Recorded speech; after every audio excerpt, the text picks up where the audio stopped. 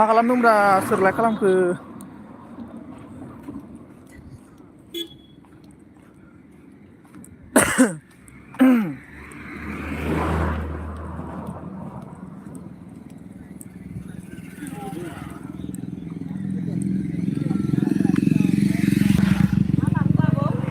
ए माबासो बेदरसो thank you दिथुन ब्र thank you ओइ थेंक इउ दिथुन ब्र थेंक इउ आंनि एलबे नुजाफैनानै लाइक खालामनो थाखाय थेंक इउ स माच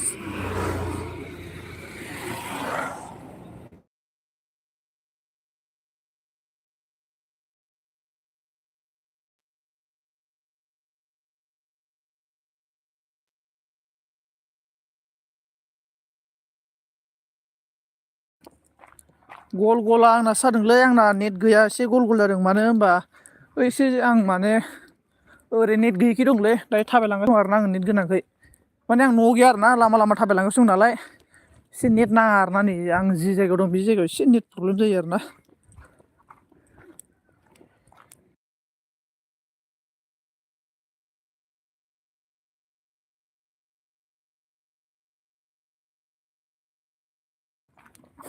थैंक यू सो मच पूजा जी मेरा एलपी में आने के लिए और लाइक देने के लिए thank you so much hello everyone बोल रहे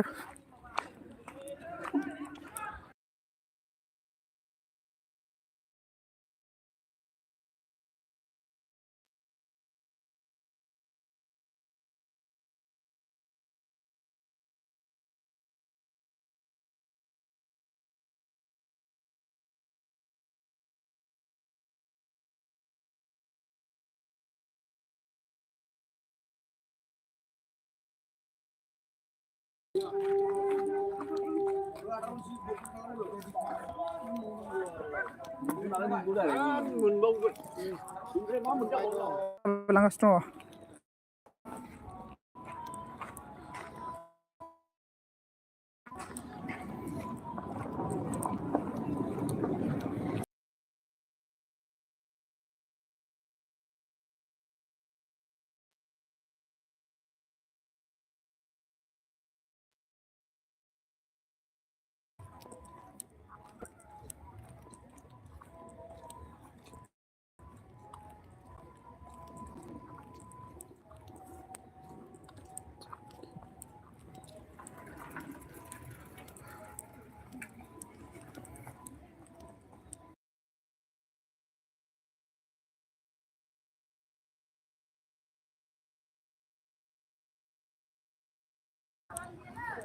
हाँ सभी दैथुन पुनमजिजों लोगो जानांगौनो आरोना दङब्ला लोगो जालायदो प्लीज कौन है एक दूसरे के साथ फ्रेंड हो जाओ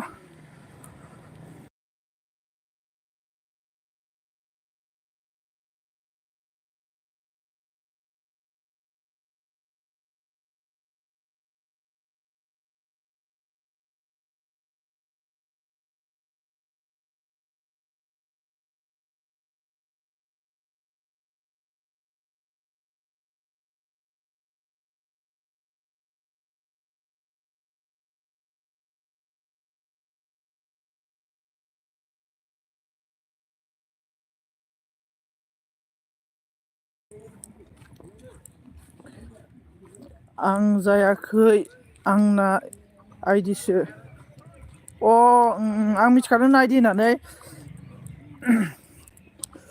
पूनम जी और ये दैथुन का ये आइडि है ना लोगो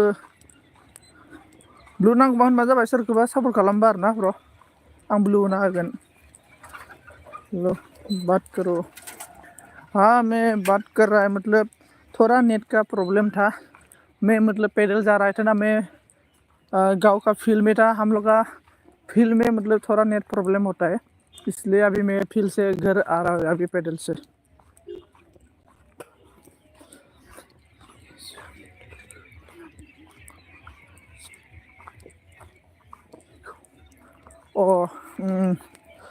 पूनम जी आपको आंसर खोमाने फ्रेंड है ऑलरेडी फ्रेंड है आपके साथ।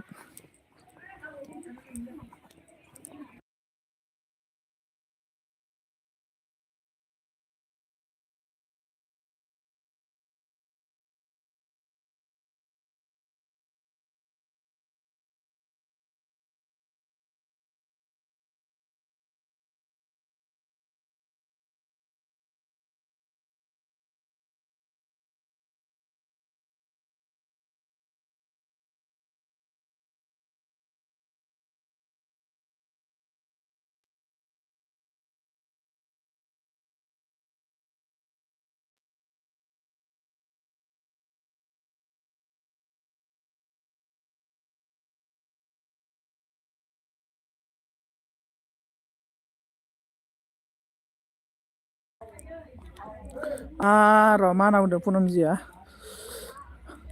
नाथाय बेखौ आं खालामदों ओं लाब लाब हरदों मा सानदों बोलो कौन कमेंट गाइस पूनम जी क्या हो गया आपको बोलो।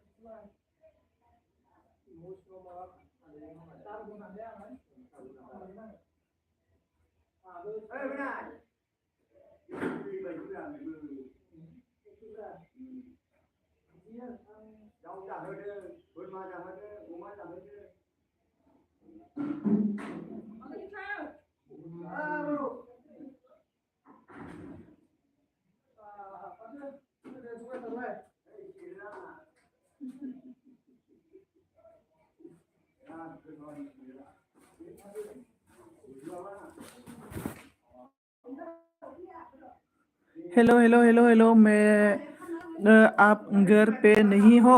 हाँ मैं अब भी घर में पहुंच गया हूँ। अभी मैं मतलब कपड़ा कपड़ा धोआ था ना मैं सुबह और अभी मतलब इसको क्या बोलते हैं इसको अंदर लेके आ रहा है कपड़ा उठा रहा है।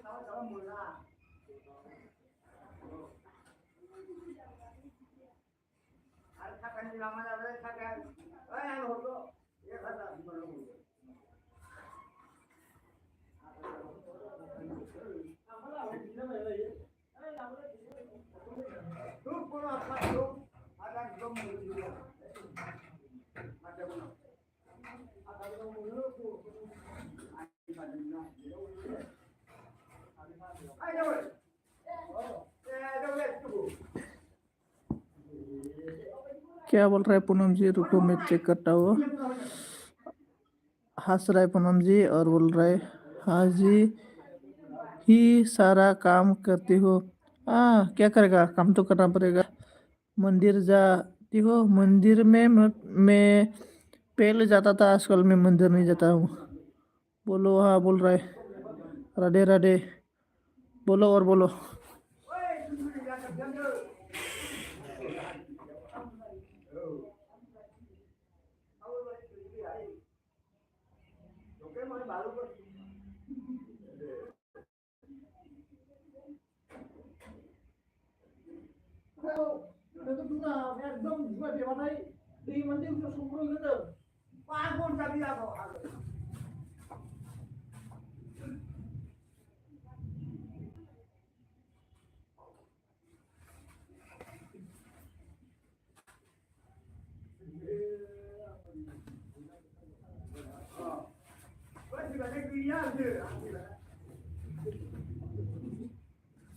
Halo. Sial so punya tadi kan sial so tahu kan kau coba deh.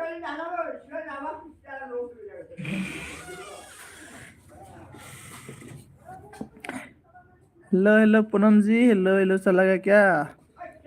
मैं पूरा काम कर रहा था रे पूनम जी, मतलब देखो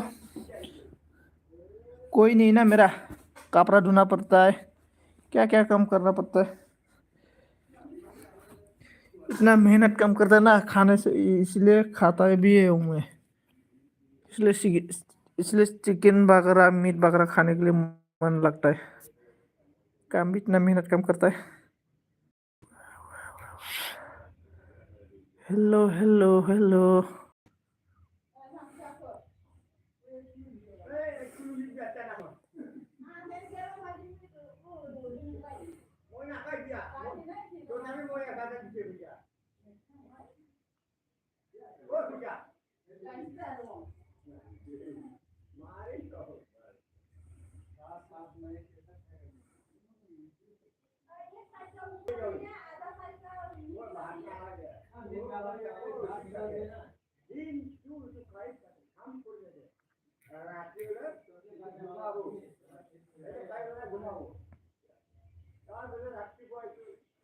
कौन कौन है प्लीज कमेंट करो, कमेंट कमेंट। क्या कर रहा हो? क्या कर रहा है? अभी कुछ भी नहीं कर रहा हूँ। बोलो बोलो और बोलो।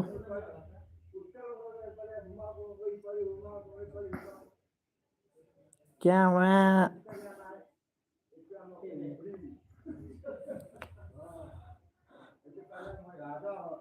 मोटी मेरा एलबी में क्यों नहीं आ रहा है आजकल? कुछ तो चेक कर रहा हो? नहीं कुछ चेक मतलब मेरा जो एलबी का लिंक है ना, इसको मैं फेसबुक, इसको व्हाट्सएप ग्रुप में डाल रहा है, मतलब हम लोग का एक व्हाट्सएप ग्रुप है, इसमें डाल रहा था मैं।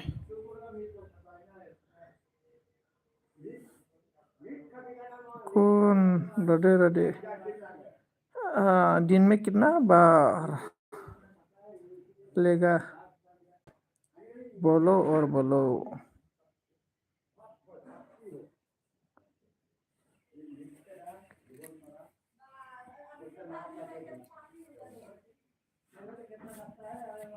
याद आती है उनकी तो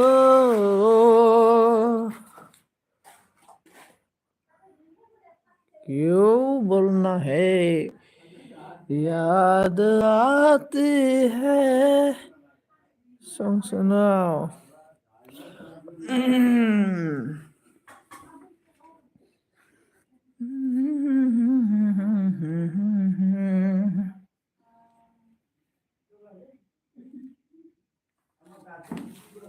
लुम्बी का ना खामो क्या बताएं? किसके लिए गा रहा हो? किसके लिए गा रहा हो? मेरे लिए।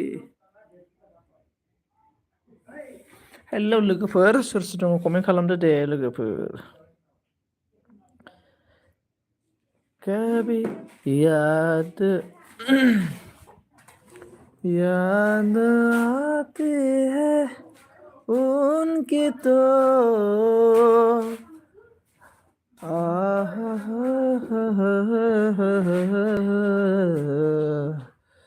किसके लिए गा रहा वो टाइम सॉस होना इसकी कोई आ रहा है टाइम चेक है ओहो टाइम सेंस है ना इसलिए कोई नहीं आ रहा है इसके लिए आती है किसके लिए आती है इसलिए हाँ हाँ हाँ सही बात है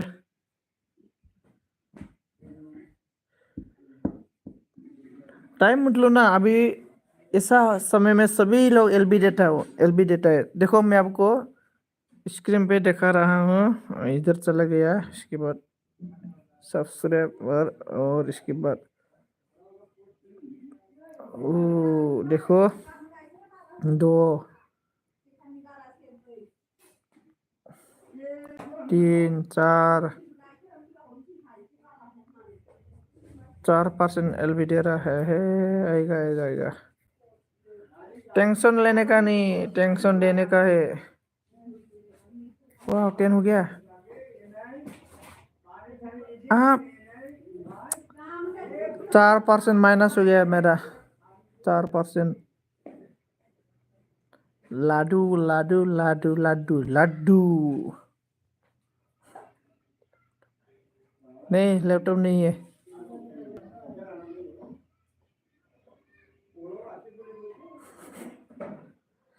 कृष्ण की लाडू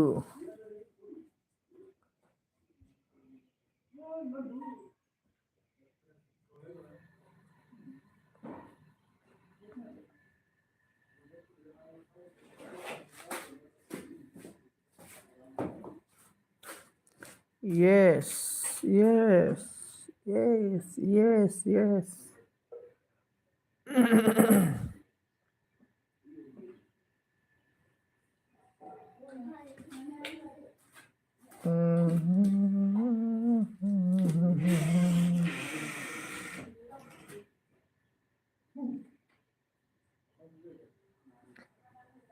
राम मर गया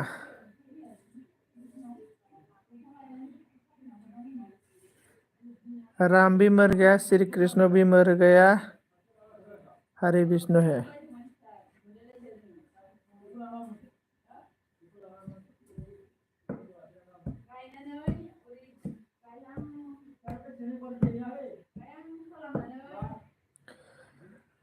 Oh, bodolen hero, nang mata fokedale zero, oi जोहोलाव राखो फोसाब दा बाहाय नों लाला फोसाब दिनै गोसोआनो गैया बैला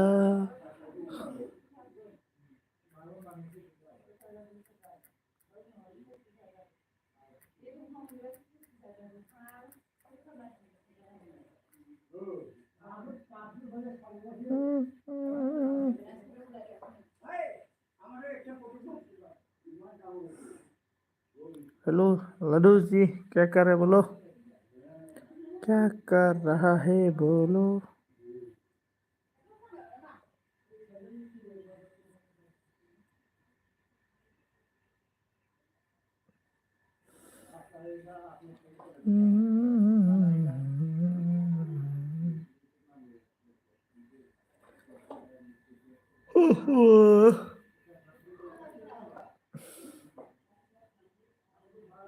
फेसबुक शेयर खालामनांगौ र'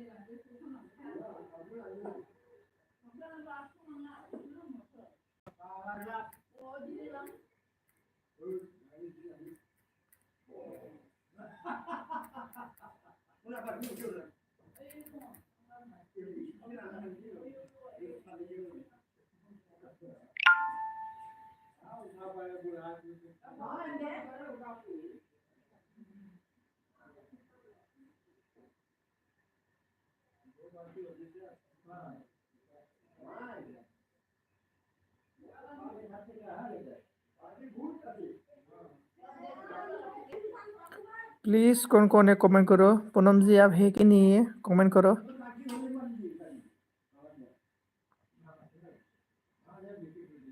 मेरा 1K कब हो जाएगा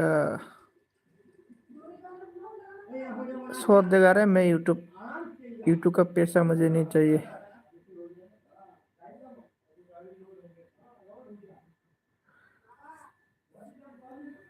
प्यार कभी कभी नहीं करे ना, दोहे सितम कर लेना, इतना गम कर लेना, ला ला ला ला ला ला ला। हम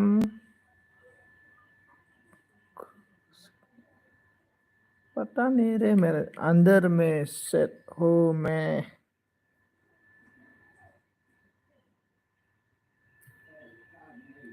लो लब तो ना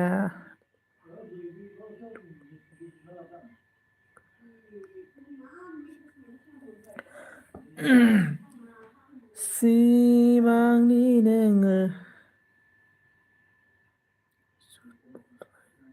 कौन सा झूठ, क्या झूठ, कैसा झूठ?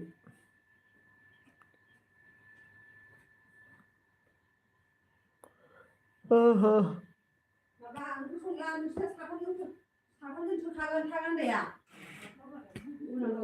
उमर गैयाथ'।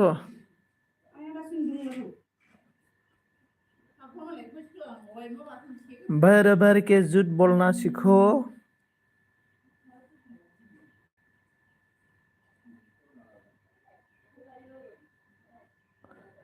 इतना लेट लेट एसएमएस करता रे सभी लोग।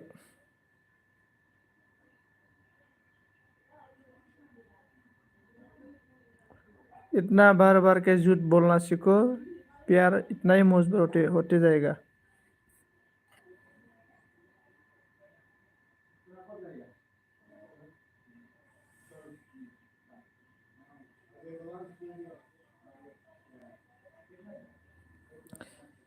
लाडू जी बोलो, क्या कर रहा है?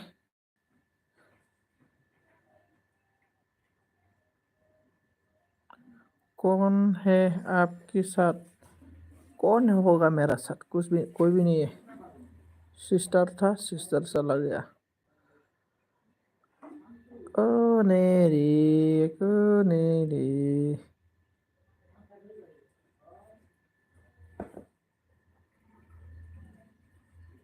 नहीं जा रहा, नहीं जा रहा है क्या?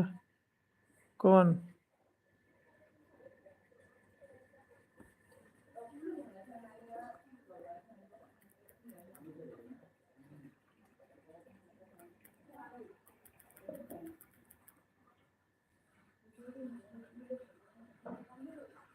मिस्टर नोएल ही ब्रो नामदों। Hello bro mister Noel. Comment खालामदो मिस्टर नोएल। लाइक खालामाखै लाइक खालामना होदो। साथ में कौन है? मेरा साथ में कोई भी नहीं है। वाओ इतना गुस्सा, इतना बड़ा बड़ा। देखो नेट पैक खत्म हो गया मेरा। वाओ इतना बड़ा बड़ा आके रो रहा है। ओइ मा खालामदोंलै ब्र नावदों? खालामनो माने उन्दुना दं आरो ना, उन्दुनानै एलबि दङ। आरो कमेन्ट खालाम नयेल ब्र।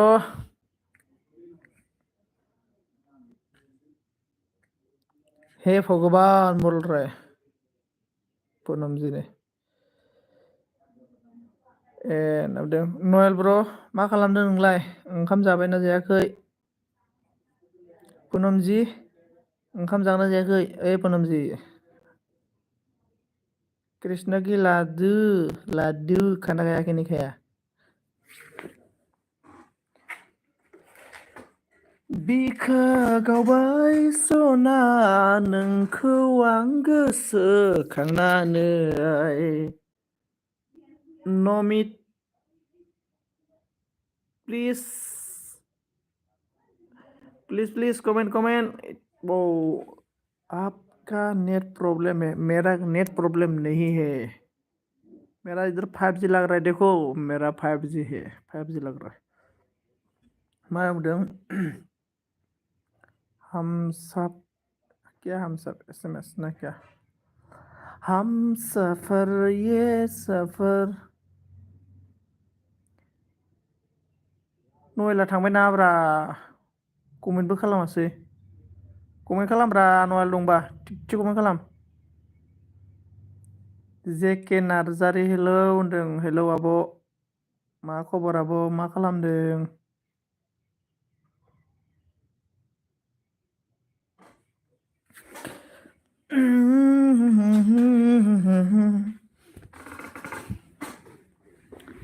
बैसागुआ सफैलायबाय गावनि खौरां लानानै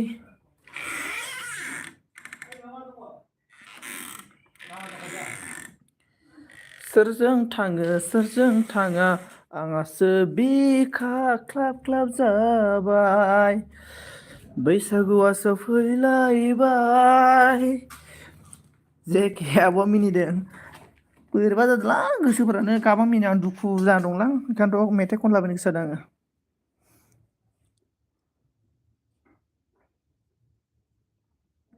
सोर सोर दङ लादुजि कमेन्ट करो कमेन्ट नयेल मा होनदों केम प्लेनिं एम प्लेनिं गेमिं प्र अ नयेल माने नों गेम गेलेसिनो आरो ना नामा लाइक खालामाखै लाइक खालामना होदोब्रा नयेल माबोरैलै नोंबो सेयार खालामलाबायना हो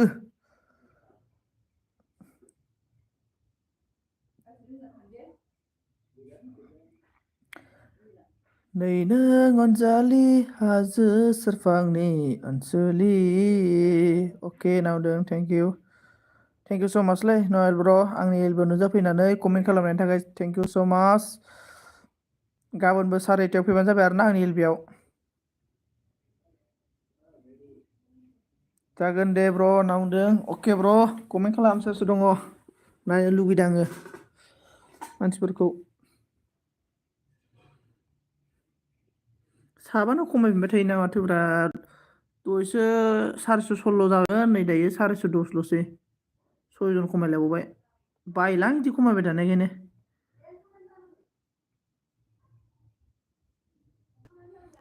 दुइस'ता आइडि खुलिनानै 200ता साब खालामना लागोन आं र' मालाबा अके ब्र' होनदों थेंक इउ स' माच नयेल ब्र' आंनि एलबियाव नुजाफैनायनि थाखाय आरो ना ओरैसै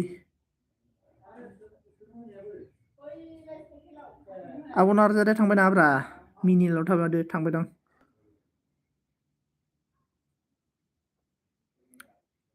लाडू जी अब चला गया क्या कौन है प्लीज कमेंट करो कमेंट गाइस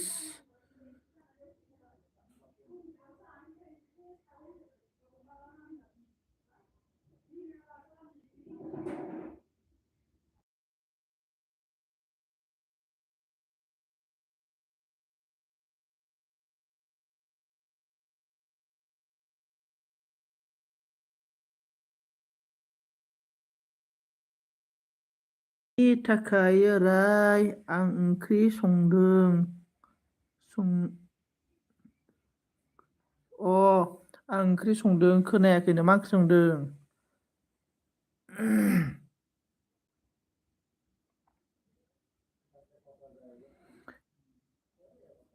बैसागखौ साजायगोन सोमलि बिबारा फागुन फागुन फागुनखौ साजायगोन दंफांनि गोरलै बिलाइया सना नोंखौ साजायगोन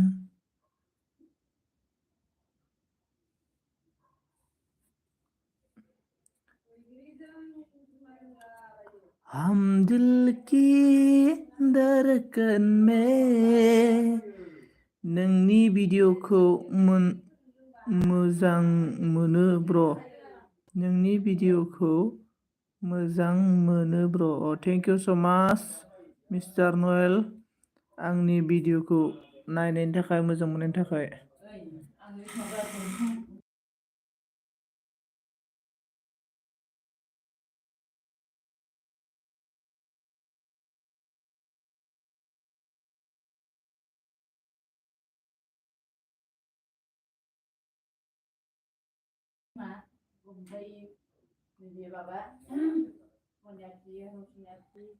Hello, hello, hello. Ha ha ha ha. Nasalah खोन्थाना मिनिबायलै नयला.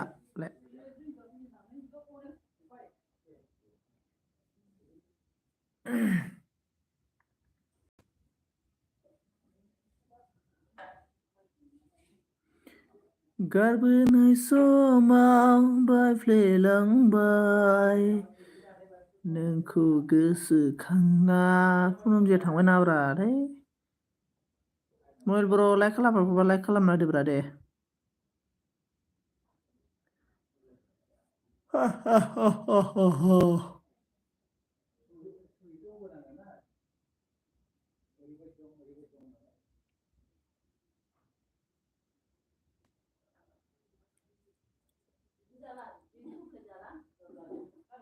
मैं ऑन हूँ आप ऑन है लेकिन कमेंट नहीं कर रहे कौन पता है आपको है कि नहीं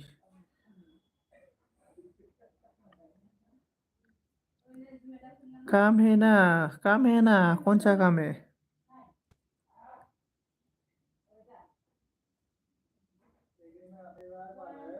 ओ पूनम जी ना मतलब मैं आपको एक बात में गुस्सा आता है ये है कि मतलब जो आपका एलबी में ना आप एलबी देख के रहता है और बात भी नहीं करता है और काम करते रहता है और और ऐसा होने से ना मतलब एलबी में आके एसएमएस करने से भी अच्छा नहीं लगता है मतलब ओमफ्राय हिर'स हेलौ हिर' सोर फन हरखोब्रा हिर'सो नावदे हेलौ ब्र' हेलौ माबोरै ब्र' मा खालामदों क्या क्या बोल रहे पूनम जी क्या नहीं है आपका एलबी में आप एलबी देता है ना देखो अभी 6 बजे में आप एलबी देगा और इसके बाद काम करते रहेगा मोबाइल छोड़ के तो आपका जो व्यूअर्स लोग आपका जो सब लोग खुद खुद एसएमएस करके जागा होते रहेगा अच्छा नहीं है ऐसा होने से मतलब एसएमएस आईडी हरदो र' दे ब्र' र'लाय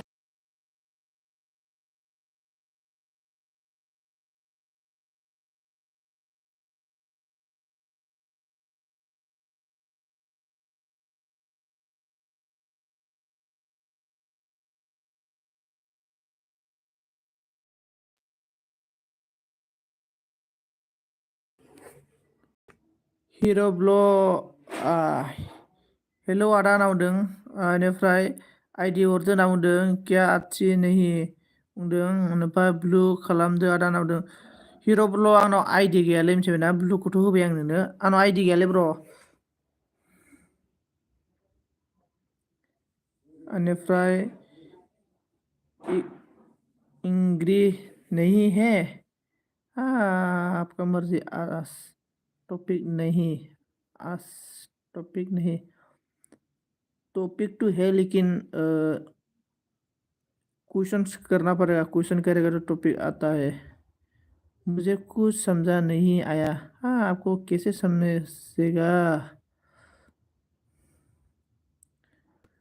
समझदार लोग इशारा में काफी समझदार लोग इशारा में समझ जाता है समझदार लोग इशारा में समझता है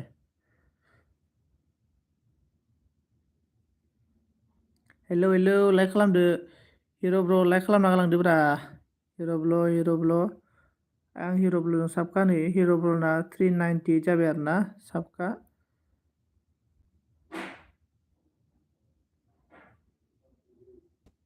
हिर' ब्ल'आ एलबि होआखैना ब्रा गैया माथो एलबियानो नै लाइक होबावबाय आंखो लाइक होबाय आङो बेखौ लाइक होबाय आं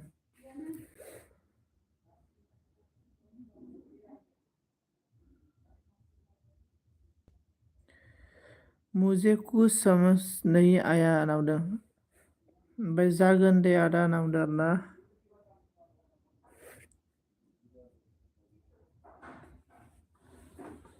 लोगो जालायदो लोगो जालाय ओमफ्राय सोर मानसिफोरा दिनै गैयालै आंना एसे एलबि होनाया टाइमा एसे उल्था फाल्था जादों आं 4:30 होयोमोन नालाय बेनिफ्राय आं एसे खामानि बेस्थ'नि थाखाय दिनै 5टायाव होबायना एसे उल्था फाल्था जाबाय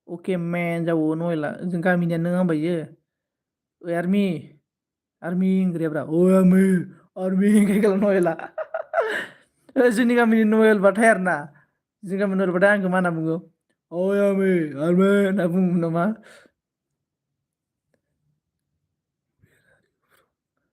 ब्र' आङो उदालगुरिनि ब्र' उदालगुरि पुनम किउ गोसा अराय आंसो ब्लग हेलौ गाइस होनखो ना माखो हेलौ गाइस गाइस लाइक खालामदोब्रा सोर सोर लाइक खालामाखै प्लिज आंबा नोंसिनि लाइभआव थांबाथाय लाइक खालामना फैयो फेस वाओ मेरा फेस क्या देखा मैं बुड्ढा हूँ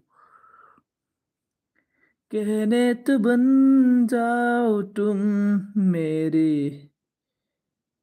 हेलौ हेलौ हेलौ होनना बुंदों आरोना आंसो ब्लगा हेलौ हेलौ ब्लु नांगौबा खोन्था दै होगोन सोरनोबा नांगौबा आरोना बेनिफ्राय कु नहीं देखा रहा है हमको नहीं दिखा रहा है ना ऐसा बोल रहा ना काटा लगा सं ट्राई निउ काम जइनिं होनना बुंदों आरोना ओमफ्राय सिंगेल नहीं ब्रो झूठ बोल रहा हूँ होनना बुंदों मिस्टार नयला Hindi bro Hindi bro still एडर स्टिल हिंदी ब्रो मतलब मैं आसाम से हूँ ब्रो आसाम उदालगुरि डिस्ट्रिक्ट से हूँ र सोरमोनलाय निउ जइनिं दो नामा आंसो ब्र'आ दे र' आंसो ब्र' नोंखौ आङो साब खालामबाय दे नै ब्र' नोंबो आंखौ साब खालामना गालांबानो जाबाय आरो ना ओमफ्राय भिडिअखौ दाहाय नायगोन आङो आं दाहाय भिडिअखौ नायबाथाय नोंनाव कमेन्ट खालामजोबगोन दे ब्र' ओमफ्रायसो आंनो सोर हरदों होत्स मा हरखो सोरबा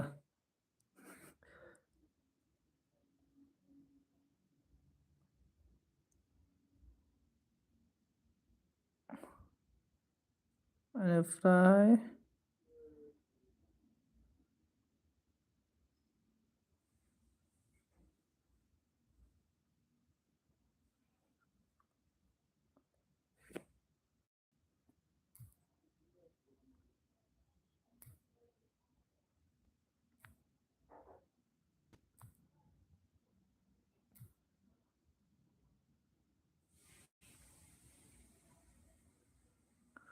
ओइ लोगोफोर सरि दे सोरबा आंनाव माबा मोनसे एसएमएस हरदों आरो ना वाट्सएपआव बेनिफ्राय काटा लागाखौ रोंलायलांला ब्र' गेलेना होनना बुंदों आरो ना ओमफ्राय टु मेरि जिन्दगि है होनना बुंदों थेंक इउ स' माच पुनमजि खामजयदों आंसो ब्र' नोंखौ आङो साब खालामबाय आरो ना ओमफ्राय दाहाय भिडिअखौ नायगोन दे आङो ओमफ्राय रांगि रांगि ब्लगा होनदों आरो ना हि होनना बुंदों आरो ना हेलौ हेलौ राम आएगी होनना बुंदों आरो ना राम आएगी हा हा राम आएगा वेरी हिंसाम होनना बुंदों कौन वेरी हिंसाम क्यों हंस रहा है रे किसको हंस रहा है वेरी हिंसम नहीं हूँ मैं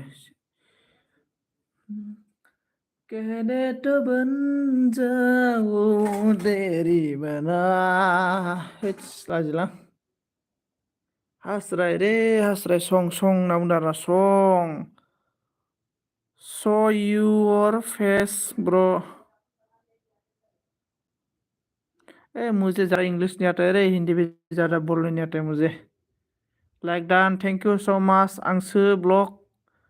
आंसो ब्लग नोंनि भिडिअखौ दाहाय नायहैगोन आरो ना आं दाहाय साब खालामना लाखाबाय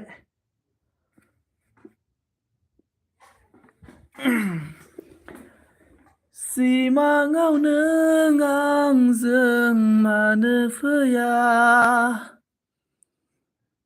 वान्डा फर गेमिं हेलौ ब्र' होनना बुंदों थेंक इउ स' माच आंनि एलबआव फैनायनि थाखाय बोल रहे हो होनना बुंदों पुनमजिया ओमफ्राय इंलिश सं ट्राई इंलिश सं मुझे नहीं आता है ओमफ्राय हेलौ भाई होनना बुंदों आरो ना रांगिया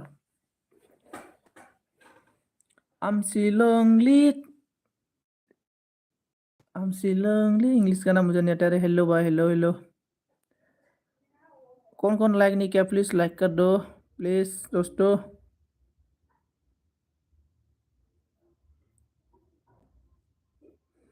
सिमाङाव नों आंजों मानो फैया गोबां मिजिं दङ ओइ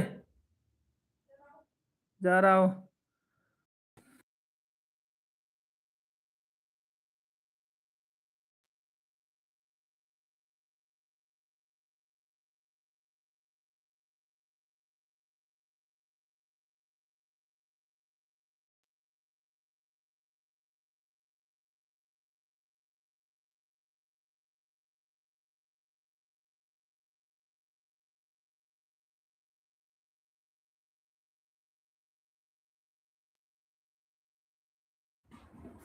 By fly isi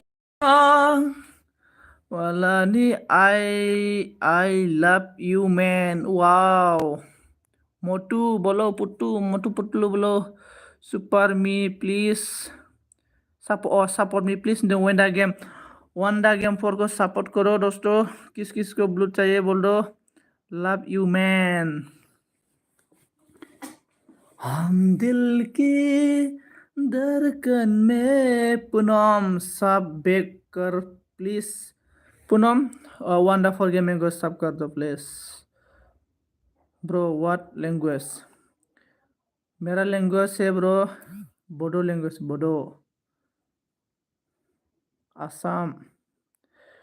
मुझे सपोर्ट कीजिए बोल रहे पूनम जी को सपोर्ट करो सभी लोग. पूनम जी भी आप लोग को बेक करेगा. कब क्या नाम दूँ वांडा फॉर गेमिंग. पूनम जी ने बोला आपको कब सब क्या है मतलब मेरा आई मीन ला ला ला ला ला ला ला टेक फोर वाई stop talk bro why stop मा मांखलै ब्रो लाय प्लीज ब्रो सा हिंदी हिंदी बोलो हिंदी. मुझे इंग्लिश नहीं आता है रे ब्रो. मैं पढ़ा लिखा आदमी नहीं हूँ. ला ला ला ला ला ला ला ना ना ना ना ना ना रे. ला ला ला ला ला ला ला ला नीना रे गा गा रे गा. कौन कौन है कमेंट करो. कमेंट लाइक भी करो. कमेंट करो. कर दिया बोल रहा है तुम्हें. हेलो जी. हाँ बोलो जी बोलो. लाडू जी आपका एलबी कितना बजे में है? वांडा फॉर गेमिंग आप बुंदों आरोना. Thank you so thank you bro नाउदों. Thank you welcome welcome.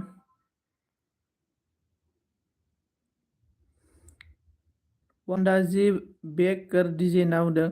Wanda for gaming नै बेक खालाम थिनदों आरोना पूनम जिया. बाय फ्लेबाय सिमां मालानिनो.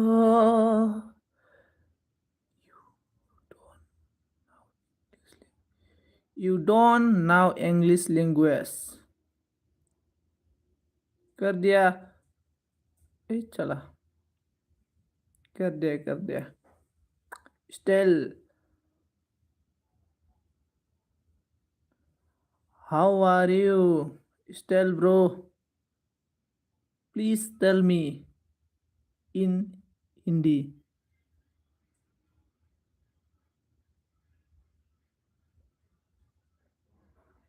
Still wow. What do you see bro? Oh. Hello it's still sub my channel please. Still bro please back sub Wanda for gaming. Mister Noel भाई मेरी comment bro नाउदों. Mister Noel मा खबर mister Noel? What do you see bro नाउदों. बेनिफ्राय आंगिया बुंदों hi Poonam ji please joining नाउदों. पूनम जी इसके साथ ज्वाइनिंग हो जाओ. रंगहिम के साथ ज्वाइनिंग हो जाओ. हिट हो रहा स्टैंड. आई एम फाइन मैन. ठीक अच्छा गुड. I am fine. हाँ फाइन गुड अच्छा ही होना चाहिए. ज़िंदगी में दुखी होके कोई फ़ायदा नहीं है. इसलिए हर दिन हंसी मजाक रहना चाहिए और सभी का मतलब गुड होना चाहिए. फाइन ही होना चाहिए.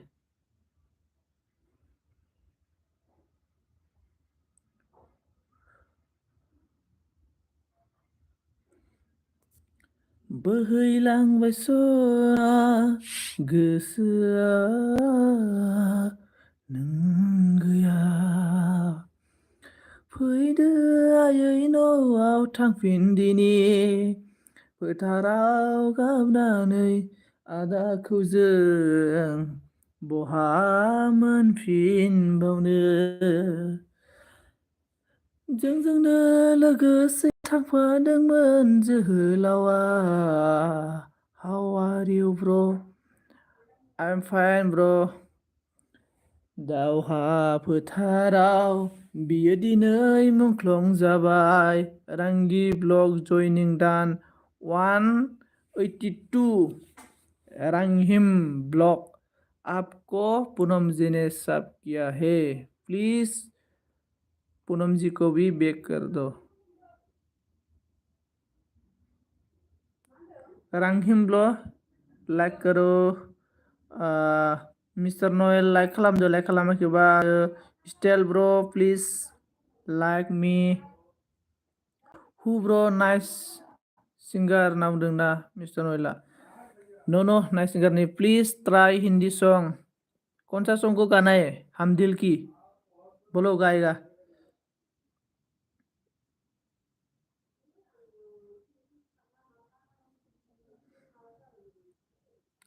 बाहों में आ जाओ बोलो बोलो कौन सा सॉन्ग गाना है एकदम बड़े परफेक्टली गा के देखा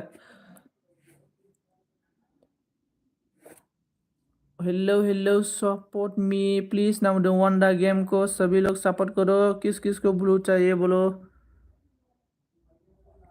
ला ला ला ला ला ला ला ला ला ला ला ला ला ला हम दिल की धड़कन में वो रहता है रहती है bro try success traditional going song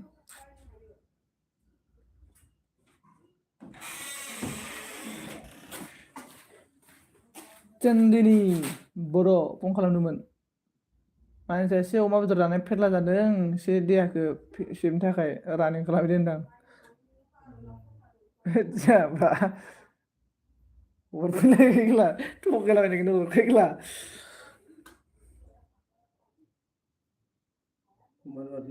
हा मायो सोरो होद हमाखैब्रा लोगोला 38 मिनिटआव आंना मा जाबाय 98 मादोंमोन सयदोंमोन ब्रो ट्राई अन थैंक यू सभी को थैंक यू हासराय वान्डा फॉर गेमिंग नेटानो स्ल' जाबाय थायोलै आंना नेटानो नेट पेक बारा गैलाना 50% थांबाय ओंखायनोथ' स्ल' जाबाय थाबाय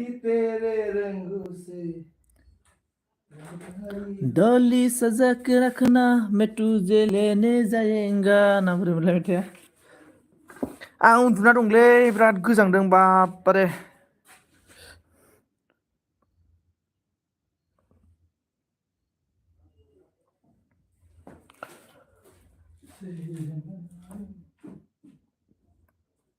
नेट स्ल' जादोंना नेट स्ल' नेटानो स्ल' जालाबाय नेटानो जोबसिनाब्रा हेलौ होनना बुंदों रम्मा अफिसियेलि हेलौ होनना बुंदों हेलौ आब' नैलै आब' मा खालामनो मेथाइ रोजाबलाबायदों आङो एसे गोजांनाया खारनायनि आरोना ओ एक्स ट्रेन्डिं फान हिरि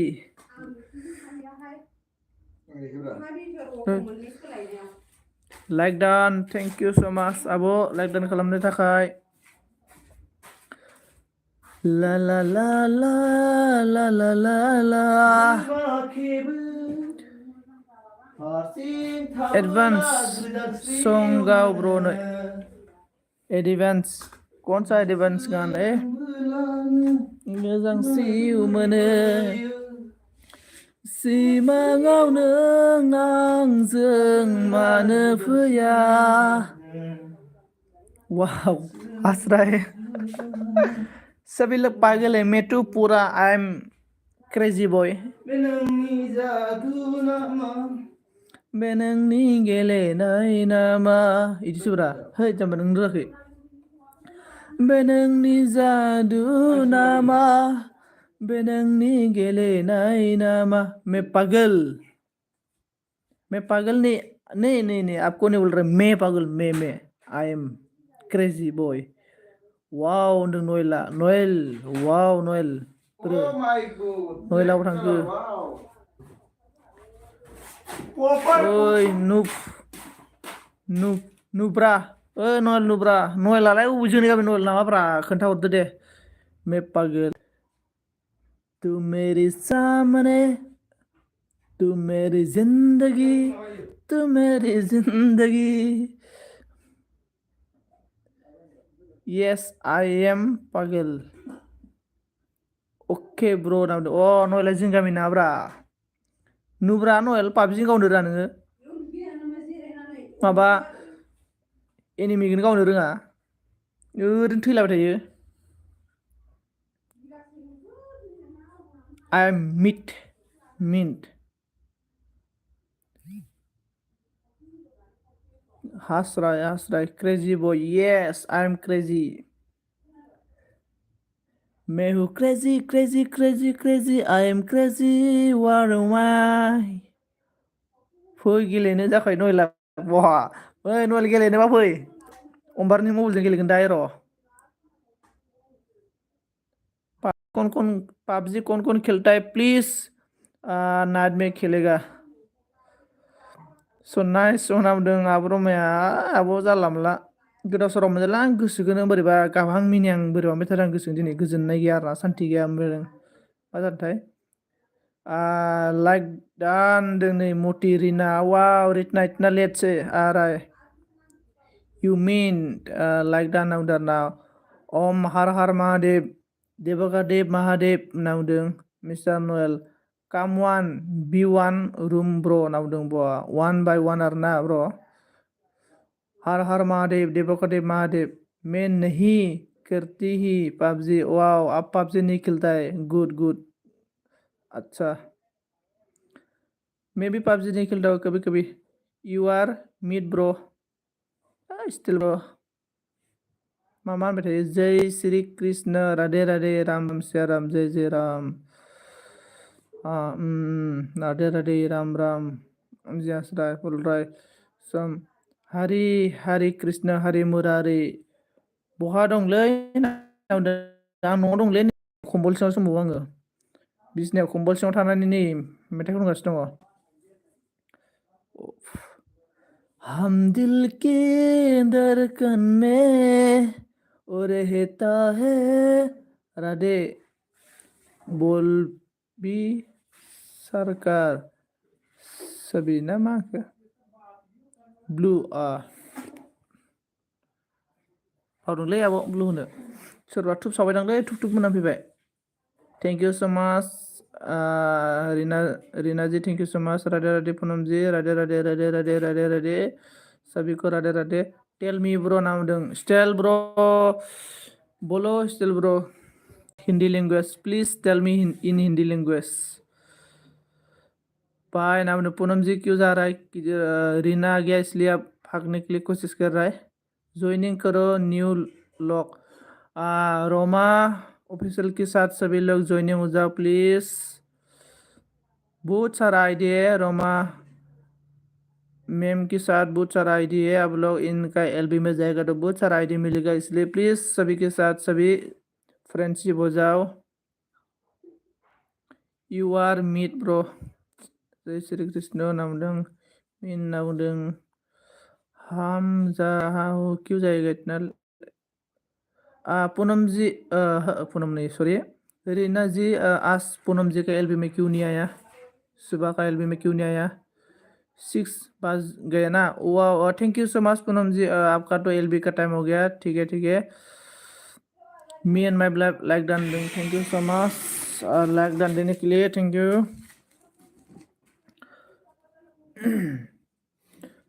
राधे राधे राम राम राम जय राम सिया राम जय जय राम हमको मी एंड माई ब्लाइफ रोमा ऑफिशियली के साथ ज्वाइनिंग हो जाओ फ्रेंडशिप हो जाओ और कौन है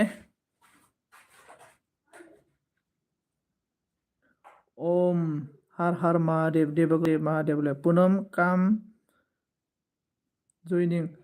पूनम किधर चला गया? देखो रोमा आपको बुला रहा है ज्वाइनिंग होने के लिए, प्लीज। रोमा आब' पुनमआ थांबाय दांलै ना माने 6 बाजियाव एलबि होयोमोन ना इयो 6 बाजिसोआव एलबि होयोमोन आरोना इयो थांबाखोसो ना माखोसोथाय। मी एंड माई ब्लाइफ क्यों राय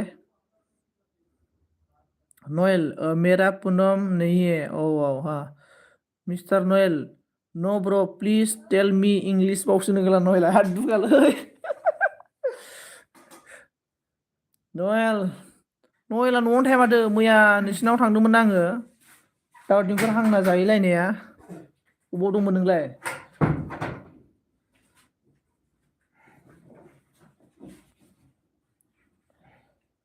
सिमाङाव नों आंजों मानो फैया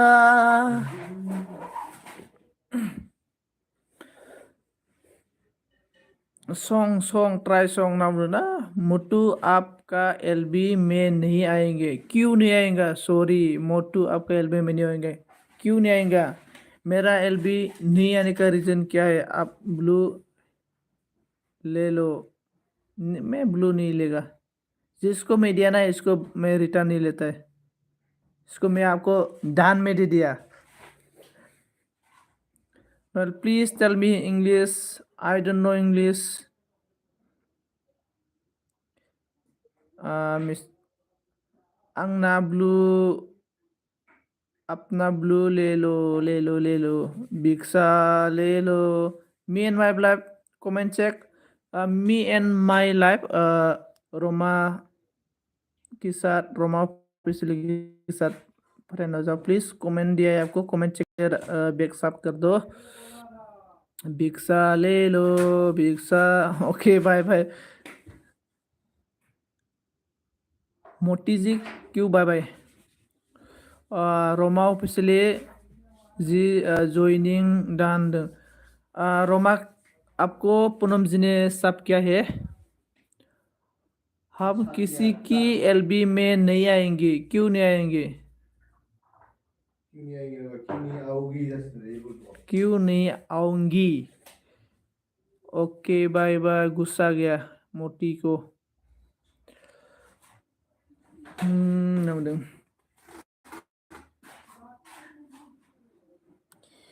यू आर रियली मिट अपना ब्लू ले लो ठीक है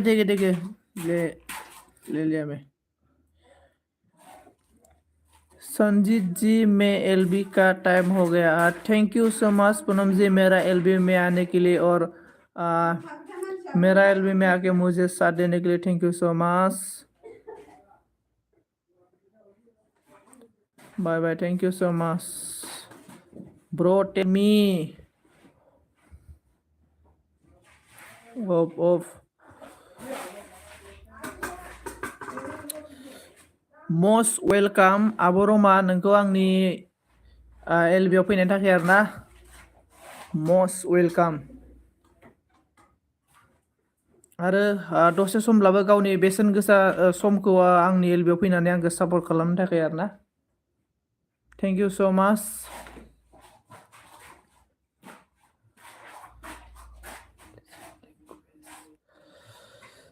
स्टाइलाथ' सोरमोन हमनो हायासै आं मानसिखौ प्लिज ट्राई एगेन ब्र मा मेथाइ खननांगौब्रा मेथाइबो खोन्थानो हरा गावसा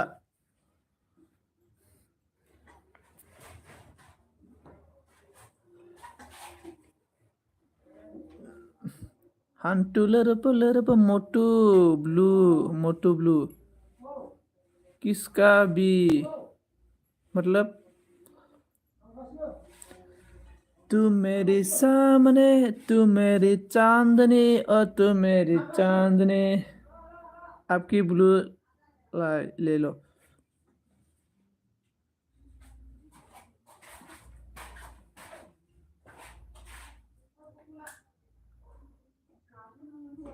गोसो मा मेथाइ होनदोंलै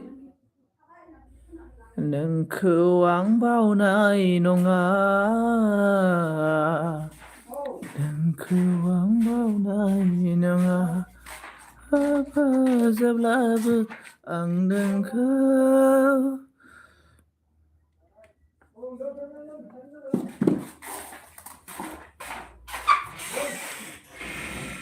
ठीक है आंबो एलबि बन्द खालामसैलै बाबायलां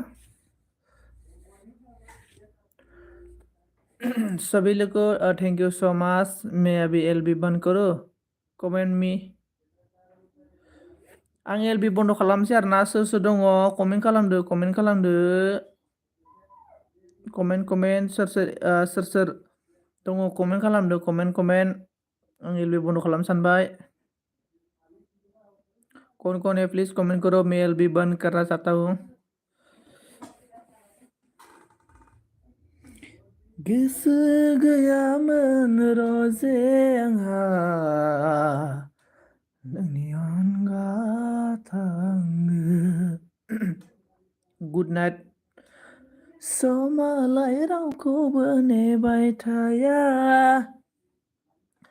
बारदै सिखोला नों अनजालि सिखोला नों समालाय रावखौबो नेबाय थाया समालाय रावखौबो नेबाय थाया पुनम दान पुनमजिया थांबायलै ए एलबि दङ ना 6 PM अक्लकआव आरो ना 6 o'clockआव थांबायदां इयो जय श्री कृष्ण राधे राधे बोल रहा है पूनम जी आपको रोमा मैम ने दान किया है 1 hour हो गया हाँ 1 hour हो गया अभी मैं बंद करेगा डोंट गो मैन फागुनखौ साजायगोन सोमलि बिबारा बैसाखौ साजायगोन दंफांनि गोरलै बिलाइया सना नोंखौ साजायगोन काले कुतु हेलेनादो दयंबार हेले इयो मासेया लाबोदोंमोन आरो ना बिउना सैमाखौ खायनालायनाया बेला दुगा फैखायो ओमफ्राय थांफैखायो लानानै फैखायो मालिका थांखादों ब्रा नोंनियाव इसे नांलाय फैखायो ओमफ्राय दुगानो इनो ब्रा खालिया खालि जाखायमोन माबा जाखायमोन दिलाय मुथु जाखायमोन दिलाय माबा गोरा आरोना इयो बिसिनायाव थांनो होखाया उन्दुनो होखाया ओमफ्राय गावनि बिसिनायाव don't go you are blessed we are blessed you are a blessing for the Lord you can bend and shine any other sign you can bend this cloak you are a blessing we are a blessing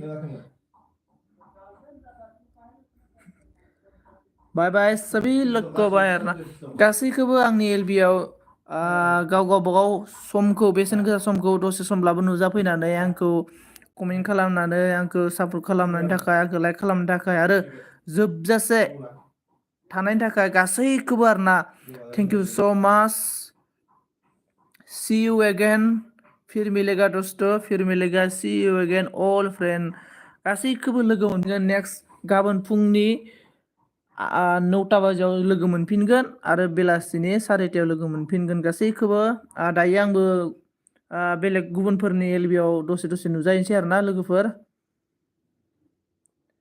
thank you so माच बाय बाय दे लोगोफोर बाय बाय लोगोफोर Tata thank you so माच